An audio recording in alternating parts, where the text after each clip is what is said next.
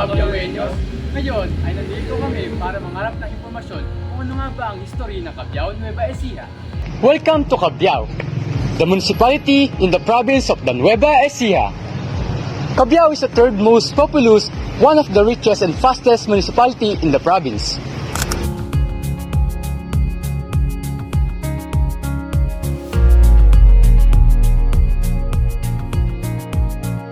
Municipality is widely known as rice-producing area, contributing significantly to the rice grant of the Philippines, title of Nueva Ecija. From rice, residents are also engaged in growing vegetables and raising livestock. Businesses, local markets, and transport services supports the town's economy. Cabiao is transforming into boomtown by balancing its agricultural roots like rice production with a rapidly expanding industrial and commercial landscape.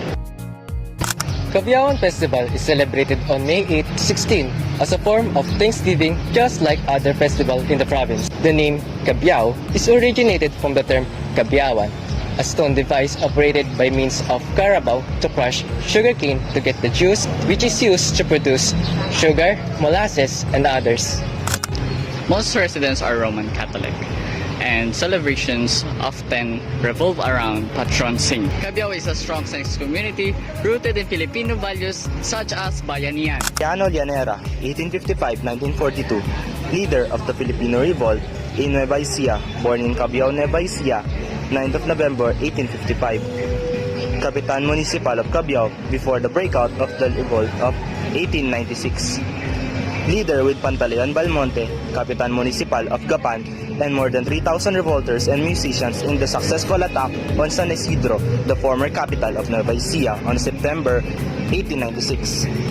Leader in the Battle of Bulacan and Nueva Ecija, 1896 to 1897, appointed Lieutenant General of the Philippine Army, May 1897, one of the signatories of the Biak na Bato Constitution, November 1, 1897.